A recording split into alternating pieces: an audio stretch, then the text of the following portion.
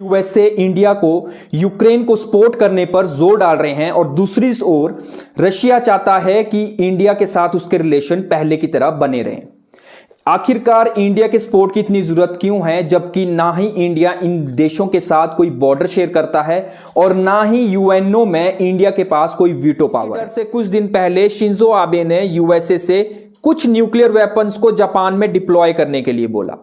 Japan को भी पता है कि बहुत ज्यादा चांसेस है कि चाइना इस क्राइसिस का फायदा उठाने की कोशिश करे।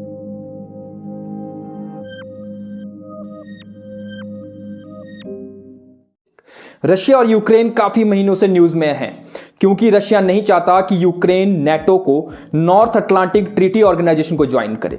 लेकिन हालात तब बिगड़ जाते हैं जब रशिया यूक्रेन के ऊपर तीनों तरफ से हमला करता है। रशिया यूक्रेन के दो ईस्टर्न रीजन्स जहां पर प्रो रशियन सेपरेटिस्ट ग्रुप थे, लहंस्क और दोनेस्क को अलग कर दिया गया। रशिया एग्रेसिवली यूक्रेन पर हमला कर रहा है। कहीं पर वैक्यूम बॉम्ब्स को यूज किया जा रहा है तो कहीं पर भयानक क्रूज मिसाइल्स तबाही मचा रही हैं। शुरुआती दौर में यह कॉन्फ्लिक्ट रशिया और यूक्रेन का लग रहा था, लेकिन धीरे धीरे जैसे इसमें और देश बीच में आए तो अब रशिया वेस्टर्न वर्ल्ड की जियोपॉलिटिक्स के साथ लड़ता हुआ नजर आ रहा है। इसमें मेनली G7 कंट्रीज हैं, Canada, USA, UK, France, Germany, Japan और इटली इस G7 को बनाते हैं। यूएसए और यूरोपियन कंट्रीज ने पहले तो यूक्रेन का साथ देने की बात की और बाद में जब रशिया ने हमला कर दिया तो इसकी बस बातें ही रह गई।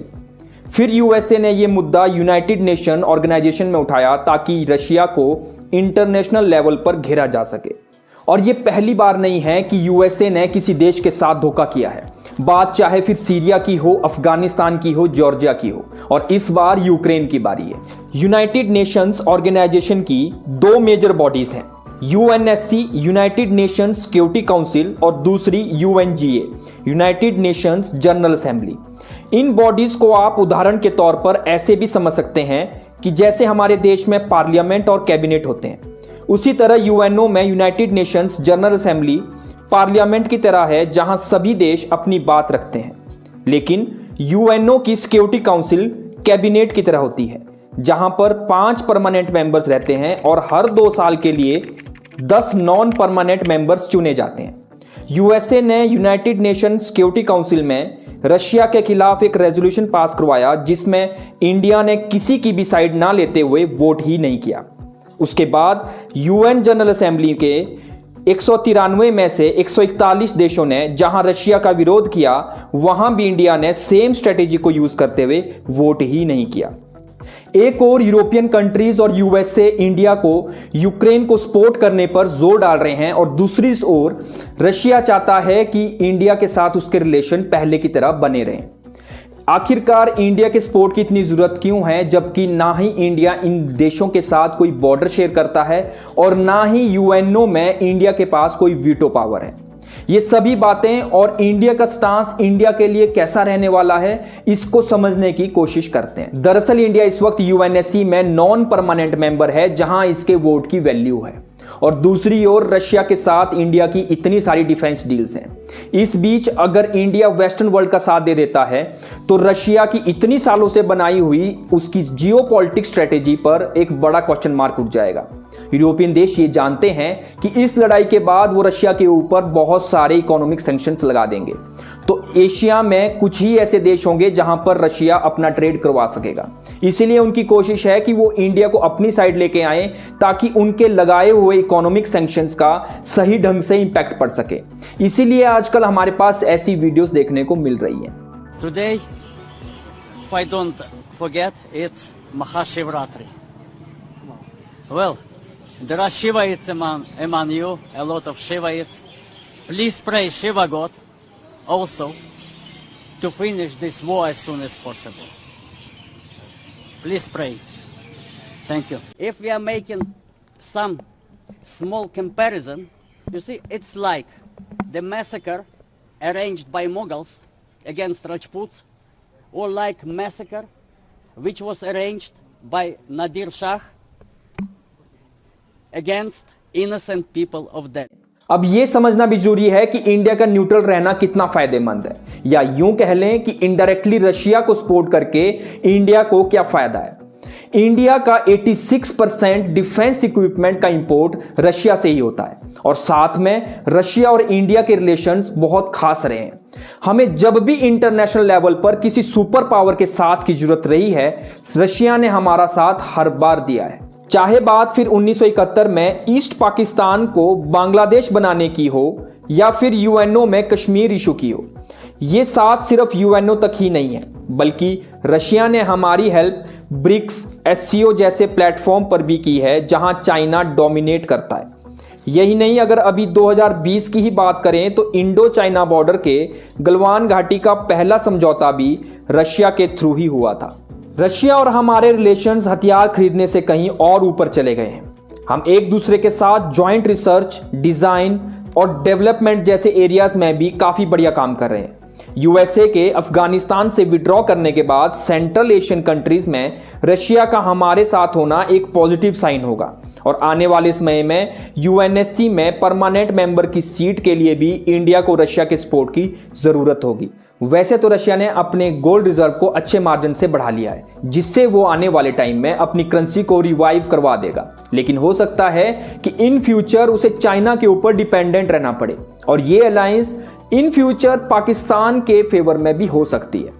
इसीलिए रशिया का इंडिया के लिए एक ट्रेडिंग पार्टनर होने के साथ साथ स्ट्रेटेजिक पार्टनर होना भी बहुत इंपॉर्टेंट है। अगर ये जानने की कोशिश करें कि इंडिया को यूएसए की जरूरत क्यों पड़ने वाली है, तो इन बातों को भी नजरअंदाज नहीं किया जा सकता। जैसे कोल्ड वॉर के टाइम में इंडिया और यूएसए के रिलेशंस इतने अच्छे नहीं थे, लेकिन 1998 के बाद यही रिलेशंस सुधर रहे हैं। आज हमने यूएसए से काफी ट्रेड डील्स कर ली हैं, फिर चाहे वो कमर्शियल मार्केट हो या फिर डिफेंस। जैसे हमने बोइंग के कार्गो प्लेन्स, चिनूक और अपाचे जैसे हेलीकॉप्टर्स की डील की है। यूएसए के साथ इंडिया तकरीबन $113 बिलियन का ट्रेड करता है और अगर रशिया का साथ दिया तो यूएसए इंडिया पर काटसा जैसे सैंक्शंस भी लगा सकता है। बात अगर स्ट्रेटेजिक पार्टनरशिप की करें तो इंडिया, ऑस्ट्रेलिया, जापान और यूएसए क्वाड ग्रुप के मेंबर्स हैं, जो इंडो पैसिफिक रीजन में या ट्रेड मोनोपोली में चाइना को कंट्रोल करता है। इसके साथ साथ चाइना को काउंटर करने के लिए रशिया और यूएसए दोनों का साथ होना बहुत इंपॉर्टेंट है। अगर यूरोपियन यूनियन के ट्रेड के आंकड़ों पर नजर डालें तो ये इंडिया की तीसरी सबसे बड़ी ट्रेड पार्टनरशिप है। इसके साथ साथ वेस्टर्न पावर्स का ध्यान अभी यूरोप में ही है, जहां पर चाइना इसका फायदा उठाते हुए ताइवान और साउथ चाइना सी में एग्रेशन दिखा सकता है, जो इंडो पैसिफिक रीजन में हमारे खिलाफ चाइना की सुपरमेसी को बढ़ाएगा। इसीलिए इसी डर से कुछ दिन पहले शिंजो आबे ने यूएसए से कुछ न्यूक्लियर वेपन्स को जापान में डिप्लॉय करने के लिए बोला। जापान को भी पता है कि बहुत ज्यादा चांसेस है कि चाइना इस क्राइसिस का फायदा उठाने की कोशिश करेगा। इसका कुछ आइडिया चाइना का वोट ना करने से भी लगाया जा सकता है, जहां चाइना अपने लिए रास्ता साफ कर रहा है कि उसके एग्रेशन में भी कोई इंटरफेयर ना करे।